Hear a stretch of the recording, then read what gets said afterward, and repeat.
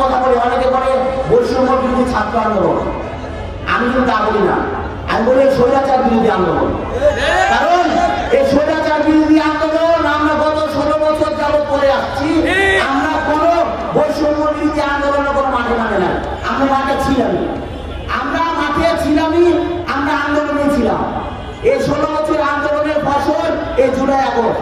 কেউ হুট করে এসে বলবে এই জুলাই আগস্টের আন্দোলনের ফসল অন্য কেউ সংগঠন না, এই জুলাই আগস্টের আন্দোলনের ফসল আমার বিএনপি ভারপ্রাপ্ত চেয়ারম্যান জনাব তারেক রহমানের। এই 16 বছর তার দলকে সুসংগঠিত করে গুছিয়ে বিএনপি, যুবদল, ছাত্রদল সহ 11টা অঙ্গ সংগঠন কে নিয়ে মাঠে ছিল।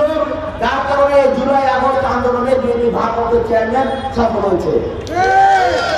আন্দোলনে সফল হয়েছে ঠিকই, কিন্তু গণতন্ত্র, ভোটাধিকার পূর্ণ প্রতিষ্ঠার লক্ষ্যে যে আন্দোলন আমরা মাঠে করেছি ওই আন্দোলন কিন্তু আমাদের সফল হয় না।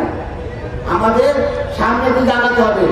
এই গণতন্ত্র, ভোটাধিকার পূর্ণ প্রতিষ্ঠার জন্য আমার সামনে আগিয়ে আমার এই আন্দোলনটা এই 16 বছর আন্দোলনটা সফল করতে হবে। নেতৃবৃন্দ, প্রতিহিংসা এবং প্রতিশোধের রাজনীতির বিপরীতে সব মত ও পথের সমন্বয়ে বাংলাদেশ জাতীয়তাবাদের ভিত্তিতে একটি অন্তর্বর্তীমূলক, একটি বৈষম্যহীন, একটি সম্প্রীতিমূলক রাষ্ট্র প্রতিষ্ঠা করতে চায় বিএনপি ভারপ্রাপ্ত চেয়ারম্যান জনাব তারেক রহমান। এই জন্য অব্যাহত আলোচনা, মত বিনিময় এবং নতুন ধারাবাহিকতার চুক্তিতে নতুন সমাজ গড়তে চায়। যে সমাজ বিএনপি ভারপ্রাপ্ত চেয়ারম্যান গড়তে চায় সে সমাজ গড়ার সুযোগটা আপনারা দিচ্ছেন? বলেন দিচ্ছেন কিনা? দিচ্ছেন না। গত 16 বছর যে স্বৈরাচারী সরকার এই ছাত্র জনতার অভ্যুত্থানে এই দেশ থেকে পালিয়েছে, গণ অভ্যুত্থান হয়েছে, এই 16 বছর আপনাদের ভাইরা গুম, খুন, বিচার বহির্ভূত হত্যা শিকার হয়ে নিপীড়ন, নির্যাতন সহ্য করে 60 লক্ষের নেতা কর্মীদের উপর মামলা হয়েছে।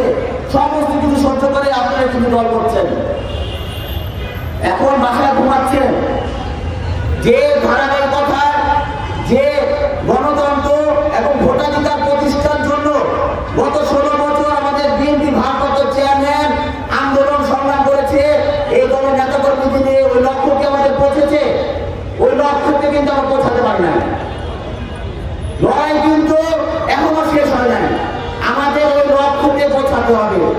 আপনারা হয়তো ভেবেছেন স্বৈরাচারী শেখ হাসিনার পতন হয়েছে, স্বৈরাচারী শেখ হাসিনা এই দেশ থেকে বিতাড়িত হয়েছে, কিন্তু তাদের ঘোষণা কিন্তু এখনো দেশে আছে। আমরা কিন্তু যে লক্ষ্য নিয়ে গত 16 বছর আমরা আন্দোলন সংগ্রাম করেছি, আমাদের ভাই বোন, ভাইদের নিপীড়ন, নির্যাতন সহ্য করেছি, লক্ষ্যে পৌঁছাতে পারি না।